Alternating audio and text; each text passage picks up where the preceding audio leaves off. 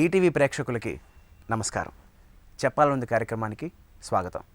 సాధారణంగా ఏ అతిథి గురించైనా ఒక ఉపోద్ఘాతం చెప్పాలి, కానీ ఆవిడ విషయంలో 2 మాటలు చెప్తే చాలు. బాబు చిట్టి అని 3 ముక్కల్లో చెప్పాలి అంటే అబా దబా జబా అని చెప్పాలి. నేను కవిని కానన్నవాణ్ణి కత్తితో పొడుస్తానంటారు. ఇంతకు మించి ఇంకావిడ గురించి చెప్పక్కర్లేదు. ఆవిడే శ్రీమతి శ్రీలక్ష్మి గారు. నమస్తే. నమస్తే. మీరు చేసినవి చాలా హాస్యభరితమైన పాత్రలు. మీరు వాస్తవానికి కూడా చాలా సరదాగా ఉంటూ ఉంటారు. సో మీ రియల్ లైఫ్కి బోల్డ్ దగ్గర పోలికలు ఉంటూ ఉంటాయి అన్నమాట. చాలా చాలా నైస్ ఆంటీ.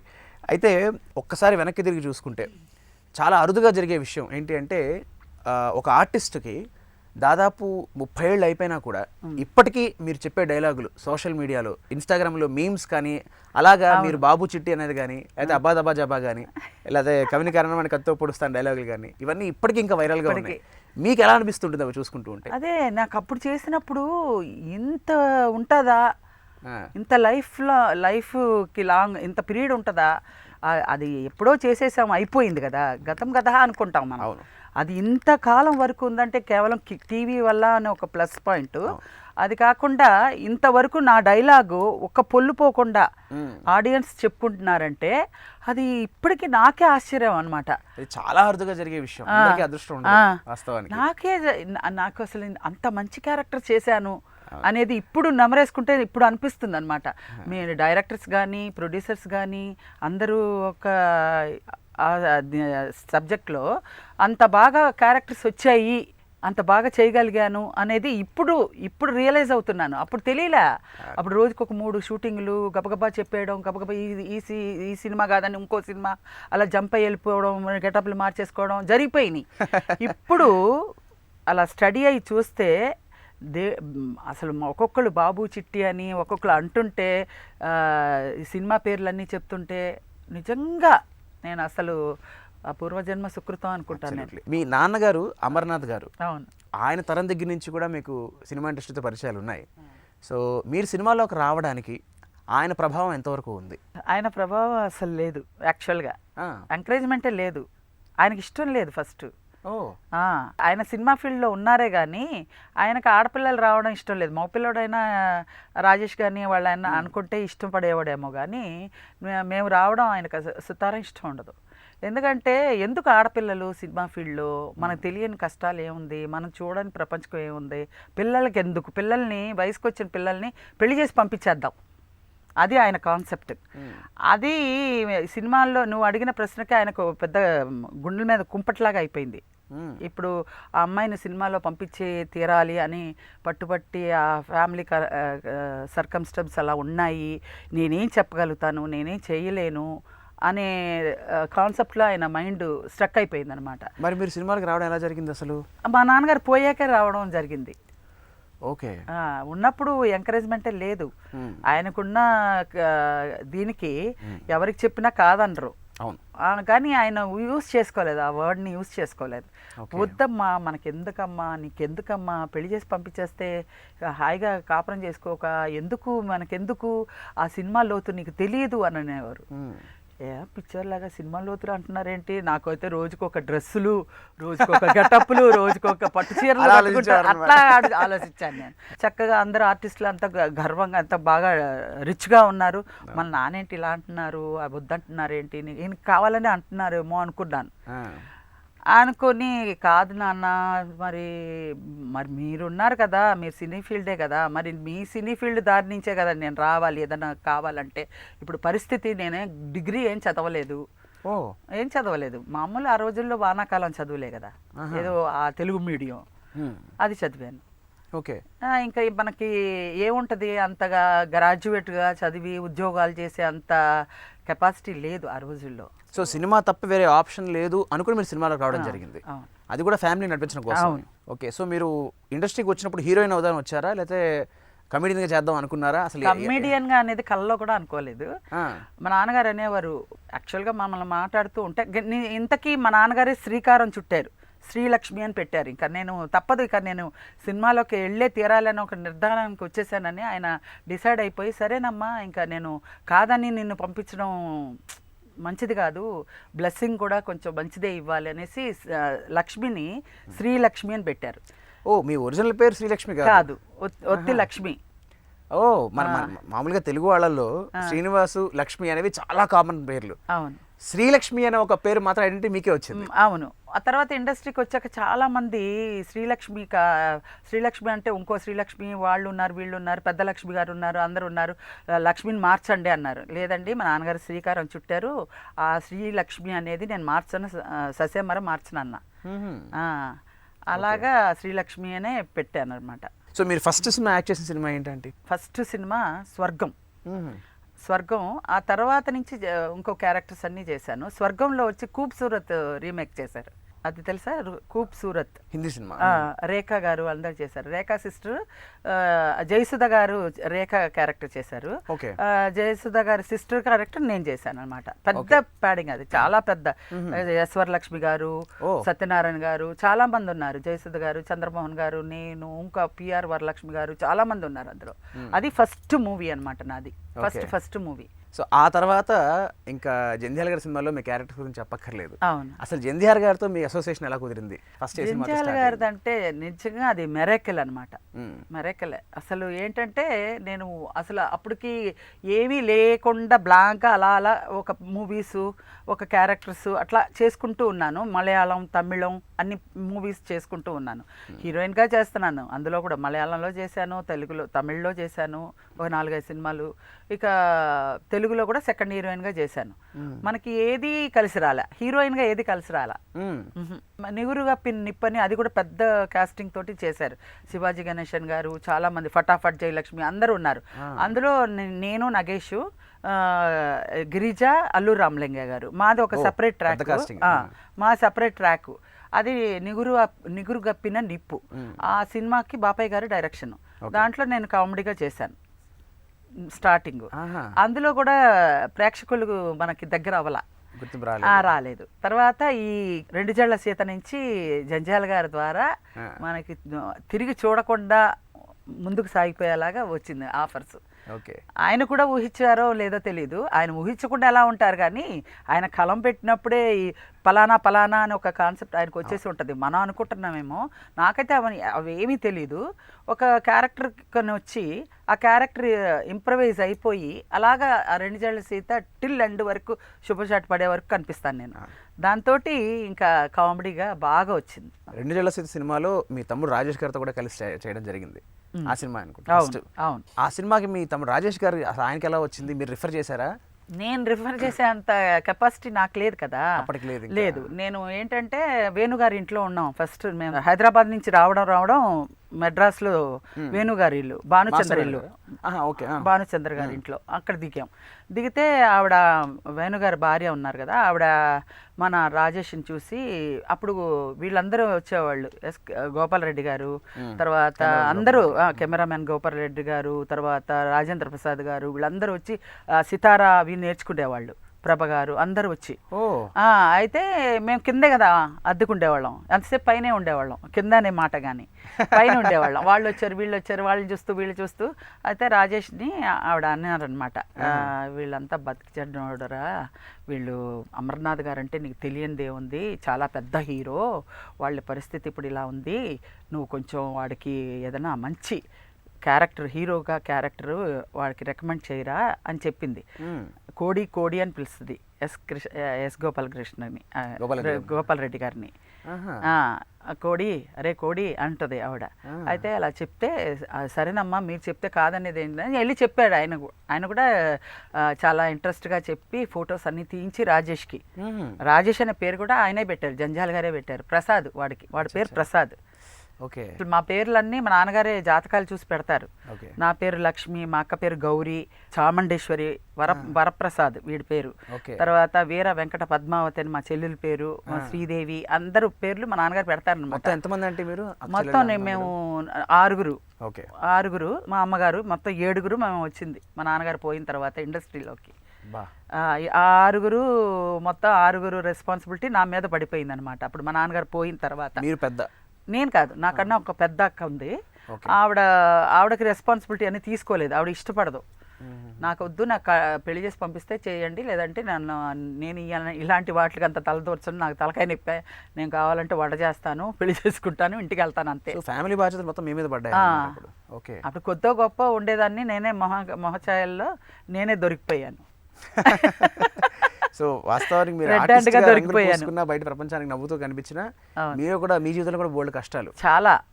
అందుకే అంటారు మీరు పువ్వులో పుట్టినా కూడా ముళ్ళ బాటలు నడిచారని చెప్పి. అదే ఆ గులాబీ పువ్వుకి ఉంటది కదా ముళ్ళు, ఆ టైప్ అయిపోయింది. సాధారణంగా ఇండస్ట్రీలో అక్క తమ్ముడు కలిసి యాక్ట్ చేసిన సందర్భాలు చాలా అరుదుగా జరుగుతుంది. సో మీరు మీ తమ్ముడితో కలిసి యాక్ట్ చేసినప్పుడు మీకున్న జ్ఞాపకాలు ఏమైనా మంచివి? వాడేంటంటే నాలో ఎక్కువ కలవడు. వాడు నరేష్, ప్రదీప్ వాళ్ళు ఉంటారు, వాళ్ళు బ్యాచ్ కదా, నాకు ఒక రెస్పెక్ట్ అలాగా ఉంటాడనమాట. భయం అనమాట. ఆ భయం ఏం లేదు, వాడే తిరిగి నాకు చెప్తాడు అలా ఉండకూడదు, ఇలా ఉండకూడదు, రూల్స్ అండ్ రెగ్యులేషన్స్.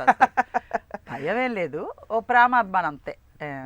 ఇద్దరు కలిసి చేసింది ఇదొకటి, ఆనంద భైరవి. మీరు హీరోయిన్ అవ్వాలనుకున్నారు కానీ అది కుదరలేదు. మీ కోరిక మీ మేనకోడలు తీర్చిందని చెప్పాలేమో, ఐశ్వర్య. అయి ఉండొచ్చు, అంటే అది దాని లక్. అది వచ్చేసి తమిళ్లో వెళ్ళిపోయింది ఆదిత్య, తమిళ్లో హీరోయిన్ అయింది. తెలుగులో కన్నా కూడా అమ్మాయి తమిళ్లోకే ఎక్కువ. సో తను తెలుగులో చేయకపోవడం కారణం ఏంటి?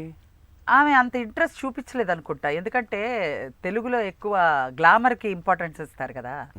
సో ఆ అమ్మాయి మోస్ట్లీ తమిళ్ ఆర్టిస్ట్, పర్ఫార్మెన్స్ పరంగా మాత్రం అద్భుతమైన నటి. అవును, అంటే మనకి తెలుగులో వాళ్ళ టేస్ట్కి తగ్గట్టు ఈమె చేయడానికి గ్లామర్ అంటే నేను గ్లామర్కి ఇంపార్టెన్స్ ఇవ్వను, క్యారెక్టర్ వైజ్గా నేను ఇస్తాను అనేసి దాని వైపే ఎక్కువ మొగ్గు చూపించింది అన్న తమిళ్లో. అలాగే సక్సెస్ అయింది. మీరు జంధ్యాల గారి తర్వాత ఎక్కువ సినిమాలు చేసిన దర్శకుడు ఎవరు? ఎస్వి కృష్ణారెడ్డి గారు, రాలంగ్ నరసింహరావు గారు, ఇద్దరు ఈక్వల్. త్రాసులు ఇద్దరు వేస్తే ఈక్వల్గా ఉంటుంది. గురువు గారు రాలంగ నరసింహరావు గురించి మీ మాటలు చెప్పాలి, ఆయనతో మీకున్న అనుబంధం గురించి. చాలా, రాలంగ నరసింహరావు గారు కానీ వీళ్ళందరూ ఆనుముత్యాలు, మహానుభావుడు. మరి పెద్ద పెద్ద డైరెక్టర్స్ మనకు దొరకడం అదృష్టం. నిజమా కదా? అబ్సల్యూట్లీ. ఈ రోజుల్లో మనకు తెలియదు కానీ ఉన్నారేమో, వాళ్ళతో పని చేస్తే నాకు తెలుస్తుంది. కాకపోతే నాకు అప్పుడు చేసాం కాబట్టి వాళ్ళని మాత్రం నేను నా జన్మాంతరం నేను మర్చిపోలేను. అలాంటి డైరెక్టర్స్. అయ్యో, అంటే ఒక డైరెక్టర్గా ఆయన ఎంత గొప్ప. రాలంగ నరసింహరావు గారు కాదు, ఒక కృష్ణారెడ్డి గారు కానీ, ఎవరైనా సరే, ఈవి గారు కానీ, ఎవరైనా, కోదండరామ్ రెడ్డి గారు ఏంటి, రాఘవేంద్రరావు గారు ఏంటి, జంజాల గారు ఏంటి, విశ్వనాథ్ గారు ఏంటి, ఎవరిలో ఇందులో ఎవరు ఎక్కువ తక్కువ అని చెప్పడానికి లేదు. అంత క్లారిటీ డైరెక్టర్స్, ఆనిముత్యాలని చెప్తాను నేను. అన్నీ కూడా మేనరిజాలు ఏంటి, ఒక్కొక్క సినిమాకి ఒక మేనరిజాలు పెట్టే తీరాలి నాకు. చాలా పాపులర్. ముఖ్యంగా మీరు అంటుంటే గుర్తొస్తుంది, ఇప్పుడు స్వర్ణకమల సినిమాలో మీ దేవుడి ఫోటోలకి హారతలు సాక్షి రంగారావు గారితో. అసలు అంటే ఆ విశ్వనాథ్ గారు దాన్ని ఎలా కన్సీవ్ చేశారో తెలియదు కానీ ఆయన వాళ్ళ ఐడియాస్ నాకు అర్థం కాదు, ఇప్పటికీ అర్థం కాదు. రాలంగ నరసింహరావు గారు కానీ ఎవరైనా సరే వాళ్ళ ఐడియాస్ ఎలా వస్తాయి అనిపించింది నాకు. నా క్యారెక్టర్స్కి ఇంప్రవైజ్ అవ్వడానికి వాళ్ళకి ఐడియాస్ ఎలా వచ్చినాయి, ఈ రోజు వరకు నా క్యారెక్టర్స్ నమరేస్తున్నారు ప్రేక్షకులు అంటే నా అదృష్టం ఎంత పాటికి నిజంగా చెప్పుకోలేనమాట. నా జన్మాంతరం నాకు చాలా దేవుడు థ్యాంక్స్ చెప్పుకోవాలి. సో మీరు దాదాపు 40 ఏళ్ళు దాటిపోయి ఉంటుంది ఇప్పటికి యాక్ట్ చేస్తూ. సో అప్పటి తరం నటులకి లేకపోతే సినిమా మేకింగ్ కానీ ఆ తర్వాత ఇప్పుడు తరానికి మీరు ముఖ్యంగా గమనించిన వ్యత్యాసాలు ఏమిటి? అది చాలా ఉంది ఆదిత్య, చాలా అంటే చాలా ఉంది. ఏంటంటే ఆ రోజుల్లో మనం కెమెరా మనం ఒక టేక్ తిని రెండో టేక్ తినేస్తే అమ్మ ఫిలిం వాళ్ళకి కాంట్రాక్ట్ తీసుకున్నావా నువ్వు, ఏంటి తినేస్తున్నావు అని అనేవారు. ఏమన్నా పర్సంటేజ్ పంపిస్తానన్నారా, లేదంటే ఫోన్ చేసి ఇస్తానన్నారా, ఏంటి చెక్ వస్తుందా అని అడిగేవారు. ఓరి దేవుడో అనుకునేదాన్ని ఇది వరకు. ఇప్పుడు ఏంటంటే తీసుకోమ్మా టేక్, తీసుకోమ్మా అంటున్నారు. ఎందుకంటే రెడ్ క్యామ్లని, ఆ క్యామ్లని, ఈ క్యామ్లని. ఇప్పుడు అంటే మనం తీసుకోమనుకో, భయం లేకుండా చేయమంటున్నారు. అప్పుడు భయం, మనం కెమెరా అంటే భయం కదా, ఫిలిం అంటే భయం. ఇప్పుడు టెక్నాలజీ చాలా మారిపోయింది. చాలా మారిపోయింది టెక్నాలజీ. మనం ఎలాగున్నా కూడా మేకప్ వేసుకోకపోయినా పర్వాలేదు, మీరు మేకప్ వేసుకోకపోయినా మామూలుగా బ్లాంక్ వచ్చినా కూడా మేము దాన్ని మోల్డ్ చేసేసుకుంటామమ్మా, నువ్వు లిప్స్టిక్ వేసుకోకపోయినా పర్వాలేదు అని అనేస్తున్నారు. అదే అలాగా మనకి ఎస్ గోపాల్ రెడ్డి గారు లడ్డూలా తీసేవారు. నాకు అప్పుడులో ఫుల్ ఆనంద భైరవి టైంలో, రెంజల్ సీత టైంలో ఫుల్ పింపుల్స్. నాకు క్లోజప్ పెడుతున్నారంటే ఏడుపు వచ్చేదనమాట. ఎందుకు క్లోజప్ పెడతారు, క్లోజప్పే వద్దు నాకు అంట. నీకెందుకు, నేను లడ్డూలా చూపిస్తాను కదా. ఫిల్టర్ వేసేవాళ్ళు కదా ఇప్పుడు. ఏమో ఏం చేసేవారు ఆ గోపాల్ రెడ్డి గారు మాత్రం చేతులెత్తి దండం పెట్టాలి. అప్పుడులో అంత టెక్నాలజీ ఉందా, అంత కెమెరా ట్రిక్ ఉందా అనిపించింది నాకు. ఇప్పుడు కన్నా కూడా అప్పుడు చేయడం గొప్ప. అవునండి. అయితే సినిమాలతో పాటు మీరు సీరియల్స్ కూడా చేయడం మొదలు పెట్టారు. కరెక్ట్. సో సినిమాలకి సీరియల్స్కి మీకు అనిపించిన వ్యత్యాసం ఏమిటి? సినిమాలకి సీరియల్స్కి డిఫరెన్స్ ఉంది. ఎందుకంటే ఇప్పుడు పెద్ద తలకాయ నొప్పి ఏంటంటే, సినిమాలకి మనం ఓన్ చేసి డైలాగ్ చెప్పాలి, సీరియల్స్కి వాళ్ళు చెప్తూ ఉంటారు, మనం ప్రాంప్ట్ చేసేస్తూ ఉంటాం, దాని తగ్గ యాక్షన్ చేసేస్తాం. ఇది వచ్చి అది వచ్చింది అనుకో, మనం కన్ఫ్యూజ్ అయిపోతుంది. ఎందుకంటే సీరియల్స్ చేసి కొట్టిన పిండిలాగా మోత మోగిస్తుంటే మనం అలా యాక్ట్ చేసేస్తాం. అక్కడికి వెళ్ళేసరికి మనం ఇన్వాల్వ్ అయ్యి మనం డైలాగ్ చెప్పాలి అంటే, దీని నుంచి దానికి ట్రాక్కి ఎక్కాలంటే ఇప్పుడు ఉండే ఆ ఫిలిం ట్రాక్కి ఏంటి ఈవిడ ఇంత పెద్ద ఆర్టిస్ట్ అయ్యి టేక్ తీసుకోవడానికి ఇంతసేపు పడుతుంది అని అనుకుంటారు. మామూలుగా ఫస్ట్ డే మనం టేక్కి వెళ్ళడానికి అక్కడి నుంచి ఫాలో అవడానికి డిఫరెన్స్ ఉన్నాయి. ఈ డిఫరెన్స్ అంతే. యాక్షన్ ఒకటే, అన్ని చోట్ల ఒకటే. ఇండివిజువల్గా డైలాగ్ చెప్పడం వేరు, ఈ సీరియల్ కంటతా లేకుండా మామూలుగా ప్రాంప్టింగ్ చెప్పడం వేరు. ఈ డిఫరెన్స్ ఎక్కువ ఉంటుంది. మనం ఇది నుంచి దీని నుంచి దానికి ఒక ఉంటే ఇందులో ఉండాలి, సీరియల్లో ఉండాలి, లేదంటే సినిమాల్లో ఉండాలి. ఇప్పుడు సినిమాల్లో రెగ్యులర్గా మనకేం వేషం వచ్చి పడిపోయేది ఏం లేదు. వస్తే ఒక 3 days 4 days ఉంటుంది. దాంతో మనం మైండ్ని కొంచెం కంట్రోల్లో పెట్టుకొని కాన్సన్ట్రేషన్తో చెప్పుకోవాలి, ఒళ్ళు దగ్గర పెట్టుకొని. మీరు ఒక సంవత్సరంలో 32 సినిమాలు చేశారు. అవును. So not a small number కాదా. 32 సినిమాలు అంటే ఒక సంవత్సరంలో ఎంతో బిజీగా ఉండి చేసి ఉండాలి. అవును. ఆ సినిమాలు ఏమైనా మీరు థియేటర్కి వెళ్ళి చూసుకోవడం జరిగిందా? మీ సినిమాలు ఇదివరకు థియేటర్కే వెళ్ళి చూసుకుండేవాళ్ళం. ఓకే. 32 సినిమాలు ఎలా చేశాను అని నువ్వు అడుగుతున్న కారణం ఏంటంటే, అప్పుడు నాకు కూడా తెలియదు ఎన్ని సినిమాలు చేసేస్తున్నాను అని. ఇంట్లో ఉన్నప్పుడేమో 10 days వర్క్ చేస్తాను ఆదిత్య, మిగతా 20 రోజులు ఇంట్లోనే కూర్చుంటాను. ఎప్పుడు చూసినా ఇంట్లోనే కూర్చుంటూ శ్రీలక్ష్మి, ఏ సినిమాలో చూసినా శ్రీలక్ష్మి ఉంటుంది ఏంటి అని అనేవారు. అని డౌట్ వచ్చేసి ఒకసారి పట్టాభిషేకం షూటింగ్ అవుతున్నప్పుడు రాఘవేంద్రరావు గారు, నువ్వు ఆయన గుర్తుందో లేదో కానీ ఆయన బాగా నాకు గుర్తుంది, ఒక ప్యాడ్ పెన్ ఇచ్చి ఆ మూలం కూర్చో శ్రీలక్ష్మి, ఆ ప్యాడ్ పెన్ ఇవ్వయ్యా, అక్కడ కూర్చో శ్రీలక్ష్మి, సంవత్సరానికి ఎన్ని సినిమాలు చేస్తావు రాయ్. ఇదేంట్రా బాబు అనుకొని ఏంటి ఇలా అడిగేశారు, పెద్ద పరీక్ష పెట్టారని అన్నీ రాస్తే 32 సినిమాలు తేలింది ఒక్క 1 yearలో. ఆ తర్వాత ఎవ్రీ ఇయర్ చేశాను 32 అనేది నాకు తెలియదు అనుకో. ఆయన పట్టుదల పెట్టి అప్పుడు చెప్పిన మీదట నాకు అది 32 చేశాను అనేది అప్పుడు లెక్కేసుకోగా తెలిసింది. అప్పుడు 32 చేసావా శ్రీలక్ష్మి, 32 చేసింది, అందరు వినండియా అన్నారు అప్పుడు. నిజంగా రాఘవేంద్రరావు గారి చేతులెత్తి దండం పెట్టాలి. అసలు మామూలుగా ఏ ఆర్టిస్ట్ అయినా ప్రాబ్లం అనేది ఏదైనా ఉంటే ఆయన ముందు ఆ ప్రాబ్లమ్నే ముందు సేవ్ చేసి తర్వాత యాక్టింగ్ గురించి మాట్లాడేవారు. నాకు స్పైనల్ ఆపరేషన్ అయింది లాంగ్ బ్యాక్. అప్పుడు నేను కింద కూర్చోవాలి అన్నమాట. కింద కూర్చోలేకపోతే శ్రీలక్ష్మికి కూర్చేయండి పెళ్లి సందడప్పుడు కూర్చుంటుంది, ఊరికే కూర్చొని కింద కూర్చోమని అంటావు, అమ్మాయికి స్పైనల్ ప్రాబ్లం ఉంది, కూర్చోయండి అమ్మ శ్రీలక్ష్మి కుర్చీలో కూర్చో అనేవారు. అలా చెప్పే డైరెక్టర్స్ నాకు ఉన్నారా నాకు తెలియదు బాబు, ఇప్పుడు నాకు నిజంగా తెలియదు. ఇదివరకు రోజుల్లో ఆ డైరెక్టర్స్ అందరు కూడా, ఒక్క డైరెక్టర్ అని కాదు, మా పేరుకి ఉన్నారు. అలా మీకు ఇండస్ట్రీలో బాగా సన్నిహితులు ఎవరిని అడగక్కర్లేదు, అన్నపూర్ణ అంటే నాకు బాగా తెలుసు. సో ఆవిడతో మీకున్న సంబంధాల గురించి, మీ అసోసియేషన్ గురించి ఒక్కటి చెప్పలేము, చాలా పెద్ద కథగా ఉంటుంది. మరి 3 ముక్కల్లో చెప్పేస్తాను. ఎందుకంటే మా అక్క ఉమా అని ఆవిడ లేదు కదా, ఆ ఉమానే ఈ ఉమా రూపంలో వచ్చిందేమో అనుకుంటాను నేను. ఏమో ఆ లింక్ అలా కుదిరిస్తాడు దేవుడు. ఏదైనా సరే ఆవిడ అక్కలాగే నాకు సజెషన్ ఇస్తుంది, తిడతాది, మాట్లాడుతుంది. ఆవిడ చక్కగా ఇలా ఇలా చేసుకో లక్ష్మి, ఇలా ఉండు లక్ష్మి, ఆవిడ ఏది చెప్తే అది కరెక్ట్ అని 100% టిక్ చేసేసుకుంటూ వెళ్ళిపోతాను నేను, వెనక చూడను. ఖచ్చితంగా చెప్పేస్తుంది, ఇది మంచిది కాదు, ఇది చెడు కాదు, ఇది ఇది ఇలా చేయి, ఇది ఇలా చేయి, లేకపోతే లేదు అనేసి. ఆవిడ తర్వాత మీకు బాగా క్లోజ్ అయిన మిగతా ఆర్టిస్టులు ఇంకెవరు బాగా? మిగతా ఆర్టిస్టులు అందరూ క్లోజ్గా ఉంటారు. ఎక్కువ షేర్ చేసుకునేది ఈవిడ వైవిజి గారు. మేము ముగ్గురమే ఆ రోజుల నుంచి కంటిన్యూ అయ్యేది. ఆ రోజుల్లో ఆదిత్య పోటీ ఉండేది కాదు, పోటీ ఉండేది కాదు, లోపల ఒక భావాలు ఉండేది కాదు. ఏంటంటే ఆ పులుసు క్యారెక్టర్ పులుసే, అమ్మ క్యారెక్టర్ అమ్మే, సరేనా? నా క్యారెక్టర్ ఇన్నోసెంట్ క్యారెక్టర్ ఇన్నోసెంటే నాది, అంతే. పోటీ ఈవిడ క్యారెక్టర్ ఈవిడికి ఇవ్వండి, ఈవిడ క్యారెక్టర్ ఈవిడికి ఇవ్వండి అని చెప్పరు. మీరు చాలా యాక్టివ్గా సినిమాలు కొన్నేళ్ళు చేసిన తర్వాత మధ్యలో కొంత గ్యాప్ వచ్చింది. సో ఆ గ్యాప్ మీరు కావాలని తీసుకున్నారా లేకపోతే గ్యాపే వచ్చిందా? దేని గురించి? లేదు, నేను కావాలని తీసుకున్నాను. ఎందుకంటే 10 years ఇటు షిఫ్ట్ అయిపోయింది కదా, డివైడ్ అయిపోయింది కదా, హైదరాబాదు చెన్నై అని డివైడ్ అయిపోయినప్పుడు ఇంకా నేను అక్కడ ఉండిపోయాను, చెన్నైలోనే ఉండిపోయా. చెన్నైలో ఉండిపోయి ఇంకా 10 years, ఇన్నేళ్ళు 20 ఏళ్ళు నాన్ స్టాప్గా యాక్ట్ చేసాము. పెద్ద సంపాదించుకుపోయినా కూడా పేరు బాగా సంపాదించుకున్నాం. చక్కగా 20 years నాన్ స్టాప్గా చేసాము మూవీస్ అని ఒక సాటిస్ఫాక్షన్ ఉంది. ఒక 10 years మన పర్సనల్ యాక్టివిటీ ఏంటి, లైఫ్ ఏంటి అనే చూసుకుందాము, మన పర్సనల్ ఏంటి అనేది, కమిట్మెంట్స్ కానీ ఏవైనా సరే సర్దిద్దుకొని చూసుకుందాము అని తీసుకున్నాను. ఈ తీసుకున్న గ్యాప్లోనే ఈ ఆవిడ కోవేశ్వర్ల గారు ఇక్కడ రావడం అవన్నీ జరిగింది.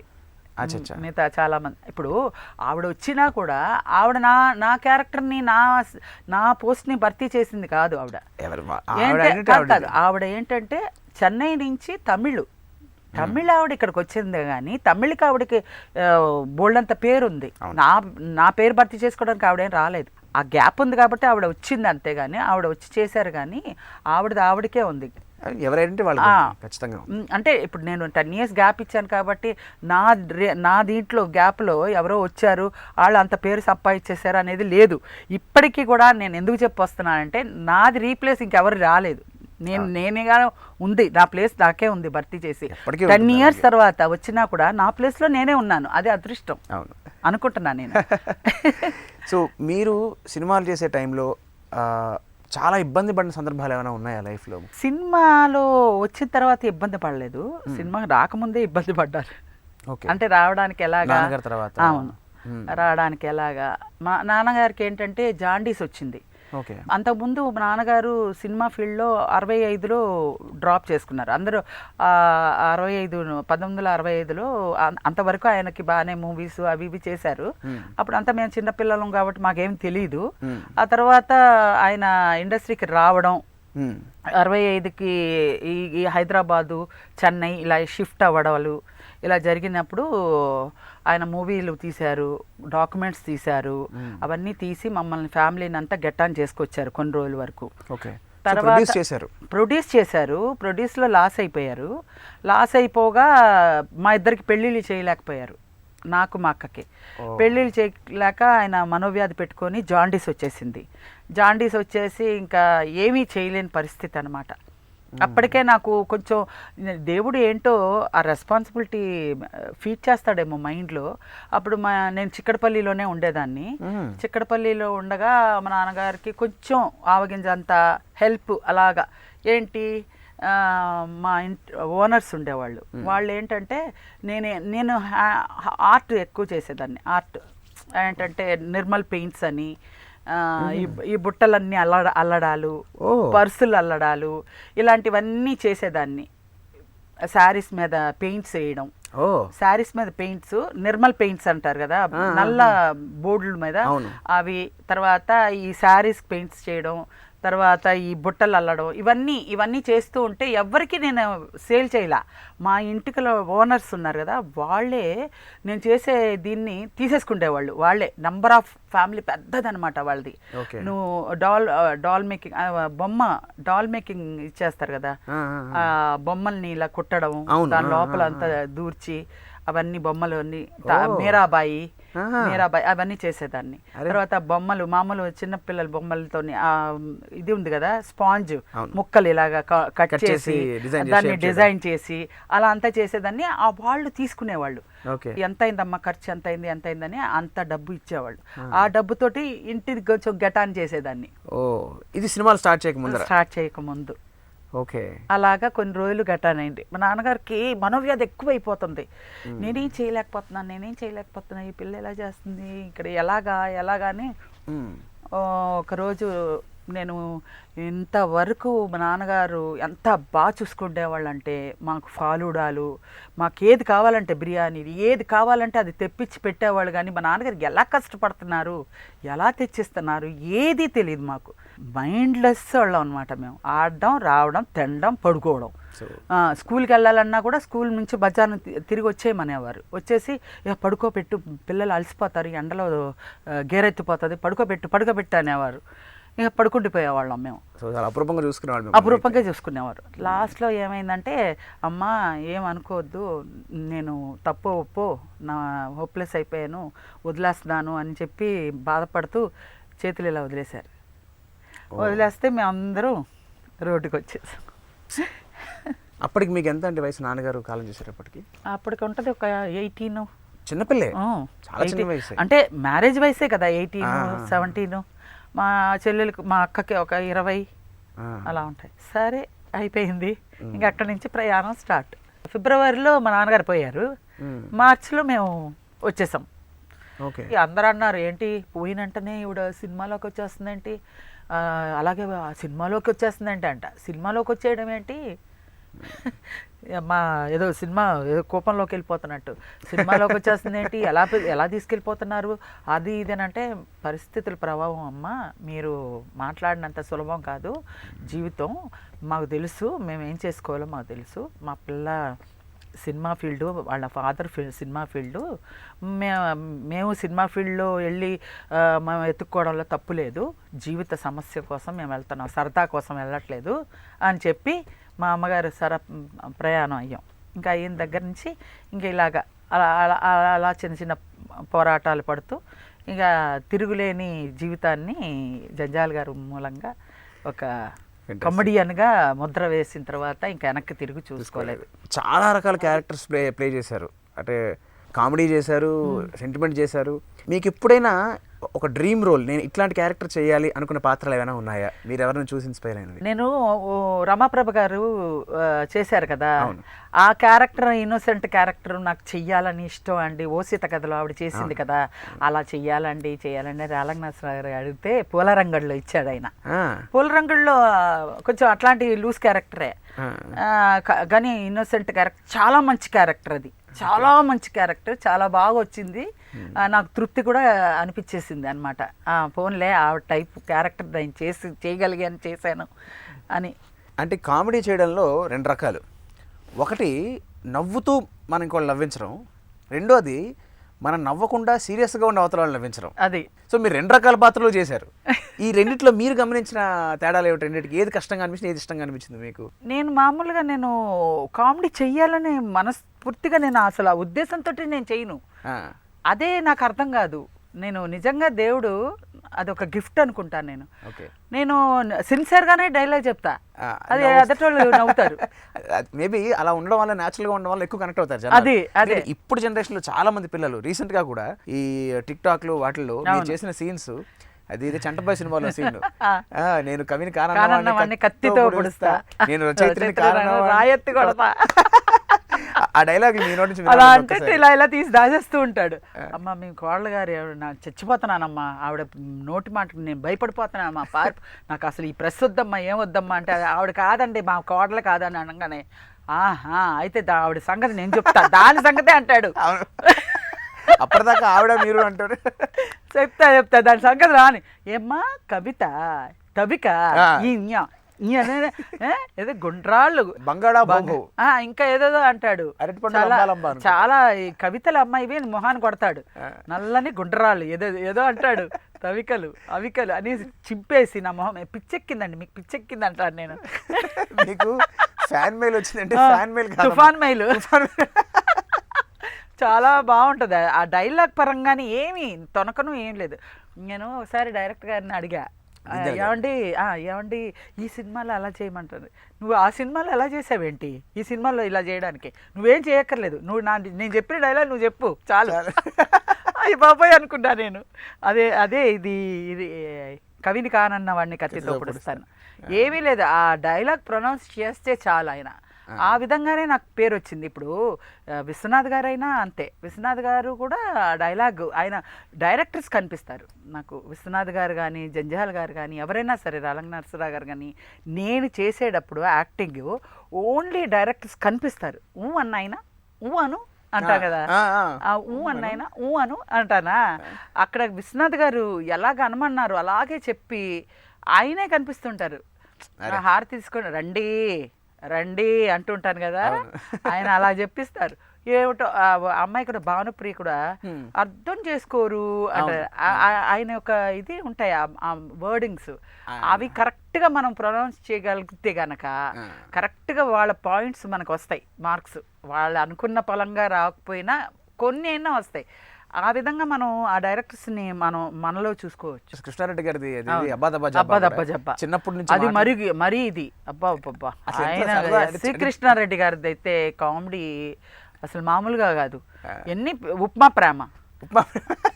పెడతాను, ఉప్మా పెట్టి మొగుడు అక్కడ ఉంటాడు బ్రహ్మానందం, పెట్టవే వేడి చల్లారిపోతాడు, పెట్టవే అంటే లేదు మా గోపి రావాలండి, మా గోపి వచ్చాక, అదేమిటి నేను చెట్టు ముగుడు నేను ఇక్కడ ఉన్నాను, గోపి వస్తే కానీ పెట్టనంటావేంటి, మీ వల్ల అయితే గోపికి తెచ్చి వెళ్ళి ఇవ్వండి, నేను మీకు పెడతానంటాను.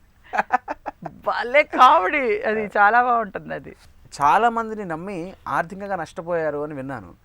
అది అసలు ఎప్పుడు జరిగింది, ఎలా జరిగింది? అదేమి లేదులేండి. ఇప్పుడు నేను బయట వాళ్ళు ఎవ్వరూ మమ్మల్ని ముంచేసి ఆర్థికంగా నష్టపోవడం అదంతా లేదు. ఇంట్లో అన్నప్పుడు జనరల్గా ఒకటికి అలా ఇలా అవుతూ ఉంటుంది కదా, అలాగా ఫ్లోలో వెళ్ళిపోయింది అంతే. ఇంకా ఓకే, ఆర్థికంగా ఓహో అని నష్టపోయింది ఏమీ లేదు. సో మీరు ఫైనాన్షియల్గా డబ్బులు బాగా దాచుకోవాలి, జాగ్రత్త పడాలి అని డిసైడ్ అయిన సందర్భాలు ఏమైనా ఉన్నాయా? అయితే మీరు బాగానే సెటిల్ అయ్యారని మీరు అనుకుంటున్నారా? నేను బాగా సెటిల్ అయ్యాను అనుకోవడానికి ఏం లేదు. ఇక్కడ ఒక్క ఇల్లు అంతే, ఒక ఇల్లు ఉంది. మిగతా అదంతా వచ్చినట్టే, వెళ్ళిపోయినట్టే. ఎందుకంటే ఫ్యామిలీ బర్డెన్ పెద్దది కదా, మనం వచ్చిన అమౌంట్లోనే అడ్జస్ట్ చేసి బతకడం అనేది సరిసమంగా అయిపోయింది. సో మీ నాన్నగారి పంధాలో మీరు కూడా సినిమాలు ప్రొడ్యూస్ చేయాలని కానీ డైరెక్ట్ చేయాలని కానీ ఎప్పుడైనా అనుకున్నారా? నో అది మట్టుకు నేను పెట్టుకున్నాను. ఆ కాన్సెప్ట్ మట్టుకు ఎందుకు పెట్టుకున్నానంటే, మా నాన్నగారు దానివల్ల చాలా లాస్ అయిపోయి, చాలా బాగా ఉండే మనిషి కూడా కోల్పోయి చాలా మనసు కష్టంగా పోయారు. ఏదైనా మనం మనసు పోయేటప్పుడు కూడా ఉల్లాసంగా దేవుడు తీసుకెళ్ళిపోతే అంతకన్నా ఆనందం ఏం లేదు. కానీ మనోవ్యాధితోని అయ్యో నేను చేయలేకపోయానే ఇవన్నీ ఇలా అది ఉండకూడదు అనుకుంటా. అందుకనే నేను సినిమాలు కానీ, మా నాన్నగారి ఫాల్స్ ప్రెస్టేజ్ ఎక్కువ ఉండేది. బయటికి వెళ్ళినప్పుడు కూడా 555 సిగరెట్ ప్యాకెట్, అంత రిచ్గా ఉండేవారు. ఎవ్వరికి ఏమీ తొనకేవారు కాదనమాట. బయట ఇలా నాకు పరిస్థితి ఇలా ఉంది, నాకు ఈ క్యారెక్టర్ ఇవ్వండి అని అడగడం కానీ. ఇంకా మా అమ్మగారు అనేవారు, సత్యనారాయణ గారి క్యారెక్టర్ అని, ఎస్వి రంగారావు గారి క్యారెక్టర్ అని. అట్లా ఆ రోజుల్లో ఎస్వి రంగారావు గారే, సత్యనారాయణ గారు ఇప్పుడు కదా, ఎస్వి రంగారావు గారి క్యారెక్టర్ కానీ, తండ్రి క్యారెక్టర్ కానీ ఏమన్నా అడగొచ్చు కదా అయ్యా, పిల్లలు ఎంతమంది ఉన్నారు, ఏమన్నా అడిగితే కదా అమ్మాయినా అన్నం పెడుతుంది అని అంటే, చిచి నేను హీరోగా వచ్చాను, హీరోగానే ఉంటాను, నేను కావాలంటే ఇండివిజువల్గా హీరోగా సినిమా తీస్తాను కానీ నేను అలా చేయను, పార్ట్నర్స్ పట్టుకొనైనా నేను సినిమా తీస్తాను కానీ నేను క్యారెక్టర్స్ చేయను. ఇప్పుడంటే క్యారెక్టర్స్ చేస్తున్నారు కదా, ఇది వరకు హీరో అంటే హీరోగానే ఉండేవాళ్ళు, అందుకని ఇష్టం ఉండదు ఆయన ఆ రేంజ్లో. ఆ విధంగా నేను వెళ్ళడం నాకు భయం. ఎంతోమంది అన్నారు, మీరు ప్రొడ్యూస్ చేయండి, పేరు మాది ఉంటుంది, మీరు ప్రొడ్యూస్ చేయండి, సీరియల్ తీయండి, అది తీయండి, మీరు తీయండి అనంతవరకే, మీ అనక మేము పెట్టుబడి పెడతామని. నాయన నీకు దన్నం, రేపొద్దున్న నువ్వు వెళ్ళిపోయావనుకో నేనే నించుంటాను ఎదురుకుంటా, ఏమ్మా తీయలేదు, ఎగిరిపోయింది, అయిపోయిందా, నీ హోపా ఇంతేనా అని అంటారు. నా దగ్గర ఉన్నా లేకపోయినా ప్రొడ్యూసర్ ముద్ర వేసి ఇటు వేషాలు కూడా వేసుకోకుండా చేసి వెళ్ళిపోతారు. నాకొద్దు బాబు, ఇది వద్దు, అదేది వద్దు నాయన. 40 ఏళ్ల జీవితాన్ని ఒక్కసారి వెనక్కి తిరిగి చూసుకుంటే, ఒక పాపులర్ కమెడియన్గా, ఒక ఇంటి మనిషిగా చాలామంది తెలుగు వాళ్ళ ప్రేక్షకుల హృదయాల్లో మీకంటే ఒక ప్రత్యేక స్థానం ఉంది. అవును. సో ఒక్కసారి వెనక్కి తిరిగి చూసుకుంటే మీ జీవితం, మీ కెరియర్ గురించి మీకు ఏమనిపిస్తుంది? చాలా సంతోషంగా ఉంటుంది. ఎందుకంటే ఒక్క చెడ్డ పేరు తెచ్చుకోవడం చాలా సులభం, మంచి పేరు తెచ్చుకోవడం చాలా కష్టం. అలాంటిది 40 years నేను అభిమానులకి ప్రేమ అభిమానంతో నేను వాళ్ళతోని ఇంత ఇదిగా ఉండడానికి కారణం ఇప్పటికీ ఏమండి మీకు మంచి ఆ రోజు లాంటి క్యారెక్టర్సే రావట్లేదు, మేము చాలా కోల్పోతున్నాం మీ కామెడీని, మీరు లేకుండా మీకు అలాంటి అవకాశాలు వస్తే నిలబెట్టుకోండి, మీరు వస్తాయండి, మీరు వదులుకోకండి, మీరు చెయ్యండి అని అంటుంటారు. ఆ మాట అనిపించుకోవడం కూడా మన అదృష్టమే, నేను అలా అనుకుంటాను. ఈరోజు వరకు వాళ్ళు నువ్వు చెయ్యమ్మా, నువ్వు చేస్తే నాకు సంతోషం అని లాగుంది, కానీ వద్దమ్మా నీకు తల్లి నువ్వు దండం పెడతాను నువ్వు వెళ్ళిపో అని అనలేదు ఇంతవరకు. ఆ అదృష్టం ఇంతవరకు కూడా నేను నిలుపుకున్నానంటే అది గాడ్ బ్లెస్సే కదా. డెఫినెట్లీ. సో మీ తర్వాత మీ ఫ్యామిలీలోంచి ఇంకెవరైనా మళ్ళీ సినిమా రంగంలోకి వచ్చే అవకాశాలు ఉన్నాయా? ఇంకేమీ లేదు, అమ్మాయి వచ్చింది కదా, ఇంకంతే, ఇంకెవరు రావడానికి కూడా ఇక్కడ లేరు. చంటబ్బాయిలో బాగా పాపులర్ ఇంకో డైలాగ్ ఉంది. అవును. ఆకాశం నీలంగా ఎందుకుంటుంది, ఎర్రగా ఉంటే బాగుండదు గనక. మల్లెలు తెల్లగానే ఎందుకుంటుంది, నల్లగా ఉంటే బాగుండదు గనక.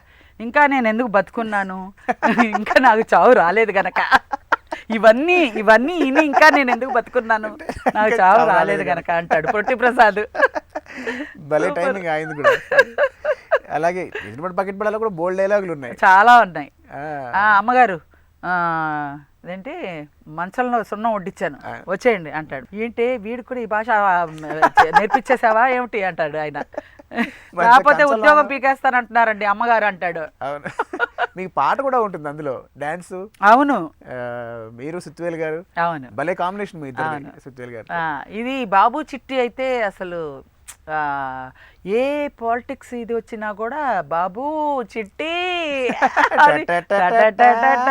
అనే చేస్తారు. అది మాత్రం ఎక్కడికో వెళ్ళిపోయిందండి ఆ బాబు చిట్టి. అసలు నేనే ఆశ్చర్యపోతున్నాను, అసలు అంత రేంజ్ వెళ్ళిపోయింది ఆ బాబు చిట్టి అనేది. ఇప్పటికీ స్టిల్ రికార్డ్ లో ఉంది. సోప్ అడ్వర్టైజ్మెంట్ చేశాను ఒక సినిమాలో, ఒక నేను బామ్మ క్యారెక్టర్ వేశాను అనమాట. నేను చచ్చిపోతాను, అయితే ఫోటో మాత్రం పెడతారు, ఆ ఫోటోలోంచి బాబు చిట్టి అని వస్తుంది. ఆ దెయ్యం రూపంలో బాబు చిట్టి అనే అనే ఒక రీసౌండ్ వచ్చేసి అది వాళ్ళు కూడా యూజ్ చేసుకున్నారు. మామూలుగా ఎక్కడైనా సరే ఏదైనా ఈవెంట్స్కి వెళ్తే బాబు చిట్టి, ఎక్కడికైనా సరే మా ఇంటి పేరు ఏంటంటే బాబు చిట్టి అంట. అలా అయిపోయింది. బాబు చిట్టికి అంత చేసినప్పుడు అస్సలు ఏది ఊహించలా, ఏ క్యారెక్టర్ ఊహించలా, ఈ హారతలు ఇచ్చేది కూడా ఊహించలా. కృష్ణారెడ్డి గారి సినిమాలో డైలాగులు మీకు గుర్తున్నవి చెప్తే. మర్చిపోతే కదా, ఎలా అన్నావు మళ్ళీ చెప్పు. కృష్ణారెడ్డి గారి సినిమాలో డైలాగులు మీకు ఏమైనా గుర్తున్నాయా? మర్చిపోతే కదా. అంతే కదా. అందులో డబల్ యాక్షన్, తల్లి కూతురు. ఈ అమ్మాయికి మాటలు రావు కదా, అబ్బా దబ్బా జబ్బా, ఏమైనా పాట పాడమ్మా అంటే అబ్బబ్బా దబ్బబ్బా జబ్బా, అబ్బా ఊరుకో అమ్మా మరి నువ్వు ప్రతిసారి ఇదేనా, ఎప్పుడైనా ఏదైనా కొంచెం ఇదిగా సరదాగా మాట్లాడొచ్చు కదా అంటే అబ్బబ్బా దబ్బా జబ్బా అంటాను. ఏమ్మా తల్లి మీ అమ్మ ఆ రోజు టింగ్ టింగ్ టింగ్ అనిందే, అది మా అమ్మ బాబా బా బా బా అంటాను.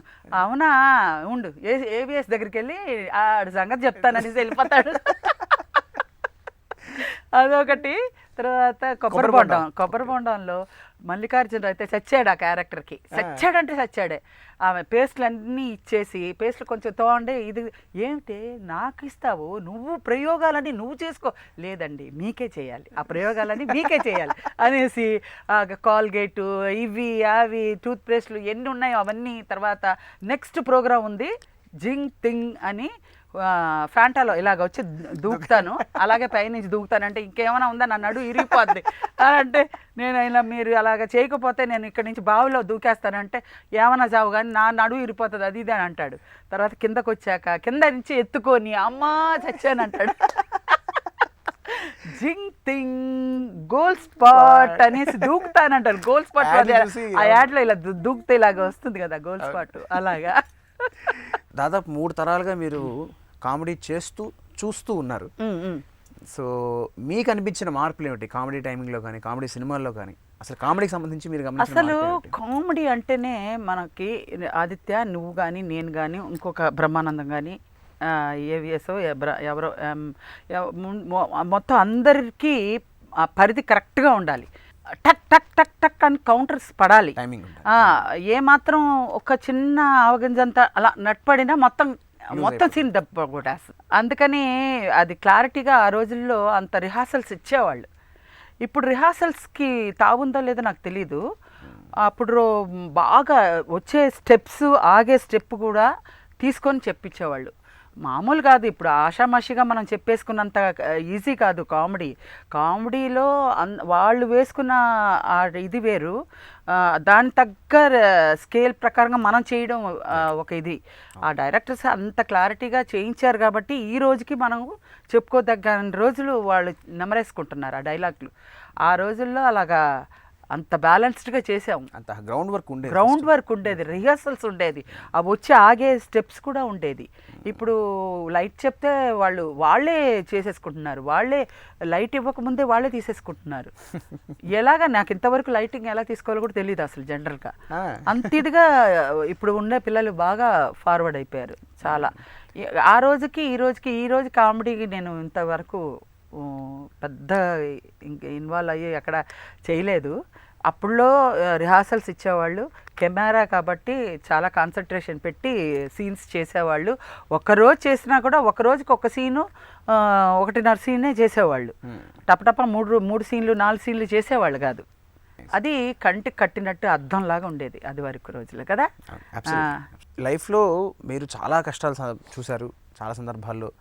అయితే ఇవాళ జనరేషన్లో చాలామంది యువకులు చిన్న చిన్న కష్టాలకి కృంగిపోయి ఆత్మహత్యల దాకా వెళుతున్నారు. సో ఒక అనుభవజ్ఞురాలిగా మీరు వాళ్ళకి ఇచ్చే సలహాలు ఏమిటి? నేను ఫేస్ చేసిన విధంగా నేను చెప్తున్నాను. నాకు వేరేగా క్రియేషన్ రాదు. నేను ఫేస్ చేసింది ఏంటంటే ఫాల్స్ ప్రెస్టేజ్కి వెళ్ళకూడదు. ముఖ్యంగా ఈ రోజుల్లో ఫాల్స్ ప్రెస్టేజే గౌరవం అనుకుంటున్నారు. ఈ రోజుల్లో ఆదిత్య గారు వస్తున్నారు, ఏ కారు దిగారు, స్కోడాలో దిగారు, ఏ ల్యాప్టాప్ పెట్టుకున్నారు, ఏ సెల్ పెట్టుకున్నారు, ఎలా ఉన్నారు, ఏ బ్రాండ్ వేసుకున్నారు, ఏ కళ్ళద్దాలు ఇవి అడుగుతున్నారు. ఆదిత్య వచ్చాడు, ఆదిత్య టాలెంట్ ఏంటి, ఆదిత్య నటన ఏంటి, అవంతా చూడట్లేదు. ఏంటంటే ఆదిత్య ఎంత రేంజ్ ఇంట్లో ఉన్నాడు, ₹1,00,000 ఇంట్లో ఉన్నాడు, ₹1,00,000 ఇంట్లో ఉన్నాడు, ఆడి కార్ ఉంది, పెద్ద సెల్ ఉంది, కళ్ళద్దాలు సీడీ బ్రాండెడ్ అన్నీ వేసుకున్నాడు. వాడికి 20,000 ఇస్తే 10,000 ఇస్తే ఏం సరిపోతుంది అని అనుకుంటున్నారో మరి. రెమ్యునేషన్ తెలీదు నాకు. ఈ బిల్డప్లు ఇస్తున్నారు, వాళ్ళకి వచ్చే బిల్డప్ అప్పులు చేసేసుకొని ఈ బిల్డప్ల కోసం వాళ్ళ లైఫ్ని ఫాల్స్ ప్రెస్టేజ్కి వెళ్ళిపోతున్నారేమో నేను అనిపిస్తుంది. నేనంటే చిన్నప్పటి నుంచి కష్టపడి వచ్చాను కాబట్టి వాళ్ళు ఎంత ఇచ్చినా అది మహాభాగ్యం అని పెట్టుకొని నేను కానీ అనుపూర్ణ గారు కానీ నేనైనా ఇంకా అలా ఇలా విచ్చలవిడిగా ఆ చీరని ఈ చీరని ఖరీదుగా కొనేసుకుంటాను. ఏంటే మనం ఇప్పుడు కూడా కట్టుకోకపోతే ఎలాగా, ప్రేక్షకులు అభిమానమే కదా, వాళ్ళు మనల్ని చూసే కదా, వాళ్ళు ఇంత మంచి రోల్ మోడల్గా ఏదో ఒక చీర బాగుంది, ఈ చీర బాగా కట్టుకుంది, ఇలాంటి చీర కొనుక్కోవాలి అలా అనుకుంటారు కదా. నేను ఎక్కువ శారీస్, మనం నగలు ఎక్కువ వేసుకోలేకపోయినా కూడా సినిమాల్లో శారీస్, ఆడవాళ్ళు శారీస్ డ్రెస్సులు చూస్తారు. అప్పుడు మనం ₹1 ఖర్చు పెట్టినా కూడా మనం బాగా కనిపించాలి అని నేను ₹1 ఖర్చు పెడతాను. కానీ ఆవిడ అది కూడా ఖర్చు పెట్టదు. మామూలుగా అన్నపూర్ణ గారు ఎందుకు ఏమిటా అక్కర్లేదు అంటది. అది కాదండి, చూడ్డానికైనా ప్రేక్షకులు కామెంట్ చేయకుండా ఉండాలి కదా. ఏం అక్కర్లేదు, వాళ్ళు ఇస్తారు కదా కట్టుకుంటారు చాలు అంటది. పాండి మీకేం చెప్పలేము అంటాను నేను. అలాగన్నా ఖర్చు పెట్టుకుంటాను నేను. చెప్పేది అలాగా. కొంచెమైనా మనం వచ్చే డబ్బుని ఇలా కష్టపడితే మనకి ఈ ₹1 వచ్చింది, ఈ ₹1లో ₹1 మనం ఖర్చు పెట్టుకుంటే మనకేమీ ఆక్షేపణ లేదు అనుకొని నేను తీస్తాను మామూలుగా. అలా ఇప్పుడు ఏంటంటే ఇప్పుడు పిల్లల్ని చూస్తుంటే మనకన్నా ఇప్పుడు నేను వస్తున్నాను అనుకోండి, నేను ఇంత పెద్ద ఆర్టిస్ట్ వస్తున్నాననే అసలు లేదు వాళ్ళకి. వాళ్ళదే రేంజ్, వాళ్ళే బంద అలా ఉన్నారు. ఇప్పుడు అది బ్యాలెన్స్ చేయలేకపోయారు అనుకోండి, సూసైడ్కి వెళ్ళిపోతున్నారు, చచ్చిపోతున్నారు. ఏంటి ఉన్న పొలంగా మంచి ఫ్యూచర్ వస్తుంది, ఎందుకు చచ్చిపోతుందంటే ఆమె వెనకాల అప్పులు ఉన్నాయి అంటున్నారు. అది ఎందుకు చేసుకోవాలి? తృణికల్లో ఆ చిన్న దీంట్లో నిమిషంలో వాళ్ళు డిసైడ్ చేసేసుకోవడం ఎందుకు?